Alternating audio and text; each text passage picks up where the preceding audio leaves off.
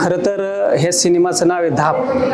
म्हणजे मला असं वाटतंय का नाव ठेवण्यामाग जे काही कारण आहे, जो काही संघर्ष आहे, तो त्या लेखकाचा दिग्दर्शक निर्माता म्हणून ज्यांनी भूमिका पार पाडली आणि याच्यात सिनेमामध्ये मुख्य भूमिका ज्यांनी पार पाडली ती योगेश घाडगे यांचा स्वतःचा वैयक्तिक संघर्ष आहे. सिनेमातलं जो मुख्य पात्र आहे ते त्याच्या आयुष्यात कसा संघर्ष करत जातं, त्याला आलेल्या अडचणी आणि त्याचा केलेला सामना, तसाच सामना ह्या चित्रपटाचे लेखक दिग्दर्शक आणि मुख्य भूमिका ज्यांनी केली ते योगेश घाडगे यांच्या हे बाबतीत घडलेलं आहे.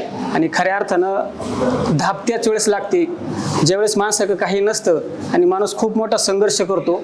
आपण जे ध्येय ठेवलंय ते गाठण्यासाठी प्रयत्न करतो आणि ते प्रयत्न करत असताना येणाऱ्या अडीअडचणी, येणारा संघर्ष यावर मात करत असताना त्याची जी दमछाक होते आणि त्यानंतर जी लागते ती धाप, आणि हीच धाप ह्या सिनेमात सुद्धा आहे.